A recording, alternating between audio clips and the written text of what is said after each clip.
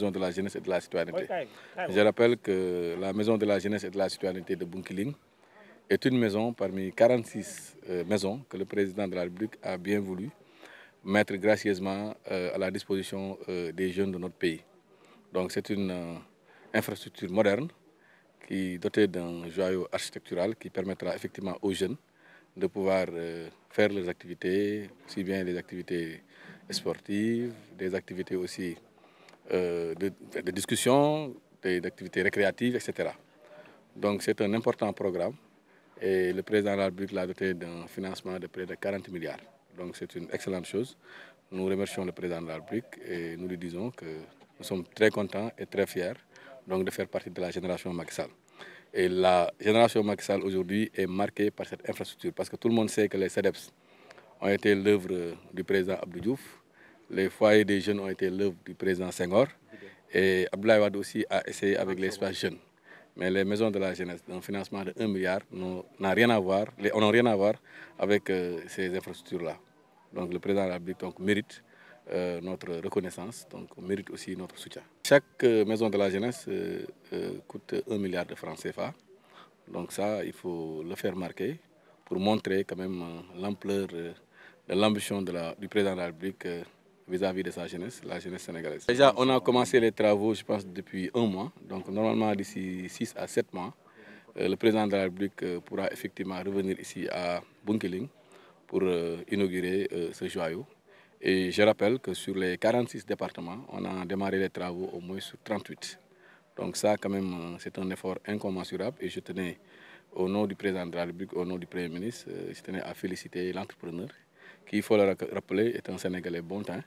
On a l'habitude très souvent de dire que souvent ce sont les étrangers qui gagnent les marchés de l'État, mais les maisons de la jeunesse aujourd'hui sont des preuves palpables qui montrent que le président de la République sait faire confiance à la jeunesse du Sénégal, aux entrepreneurs sénégalais. Donc l'architecte aussi est un Sénégalais. Donc toutes les personnes qui travaillent aujourd'hui aussi bien en amont, qui ont travaillé aussi bien en amont qu'aujourd'hui, qui sont en train de travailler aujourd'hui en aval, sont des Sénégalais bon temps qui font le travail et c'est tout à notre honneur. Une jeunesse dynamique, une jeunesse qui travaille, mais aussi une jeunesse très reconnaissante. Nous avons vu l'accueil qu'elle a eu à réserver au président de la République. Nous en sommes fiers, nous sommes contents parce que aussi, la jeunesse aussi doit être reconnaissante et aujourd'hui ils ont montré que quand il le faut, ils savent être reconnaissantes, notamment les jeunesses.